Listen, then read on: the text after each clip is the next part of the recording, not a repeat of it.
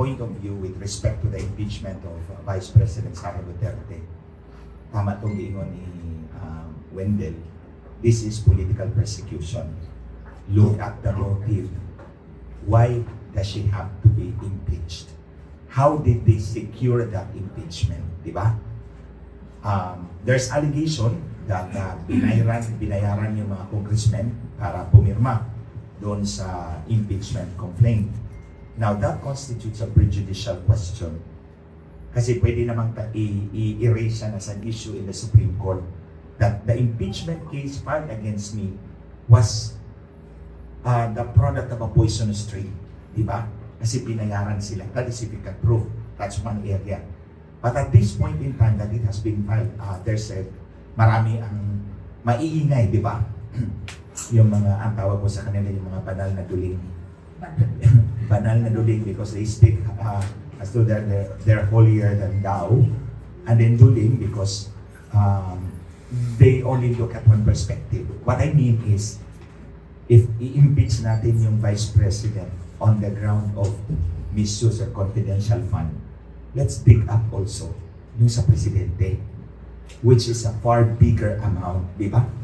Ilan lang bang inakusan natin kay Vice President? 125 million. Si Marcos, 4.56 billion. That's almost 50 times, or say 45 times, more than 45 times in terms of amount and gravity. Now, the other one, take a look.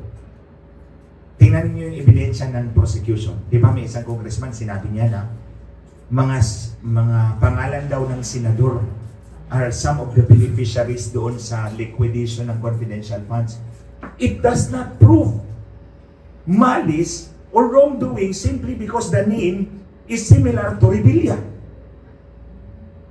Can you conclude na just because a person like Nancy Revilla is similar to the name of Senator Revilla, spurious yung liquidation?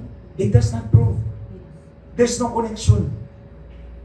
So you see, pinalabas nila na ang mga liquidation papers also bear the name of senators or names similar to senators. That does not prove anything, any wrongdoing at all.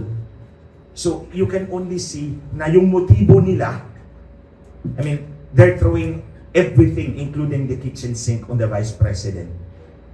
But at the same time, conveniently glossing over yung sa Presidente, which is more, which is bigger in terms of amount.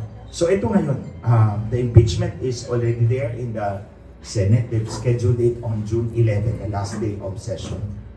After that, they adjourned sine die. When you say sine die, without a day. That's Latin for without a day. There's no day set for when they will convene because they will convene as the 20th Congress on the 4th Monday of July. I believe it should not cross over. So pagkatapos ng 19th Congress, because it was filed in the 19th Congress, the process must take place and be concluded within that same Congress.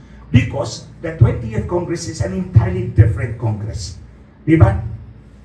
They are said, we exact accountability through the representatives of the people. Look at that term, through the representatives of the people. The 19th Congress represents representatives of the people. Pagkatapos ng June 30, their mandate ends. Di po ba?